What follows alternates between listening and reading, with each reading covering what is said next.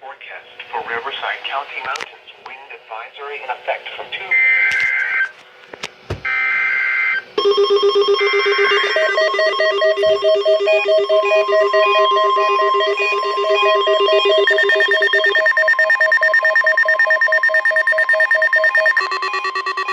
Just in time.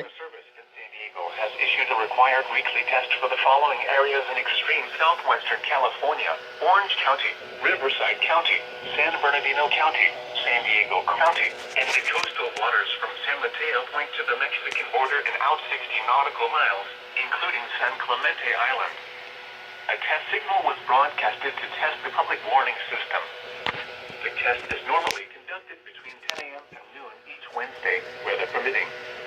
The signal was also used to test the activation and emergency readiness of the Skywarn network of radio operators.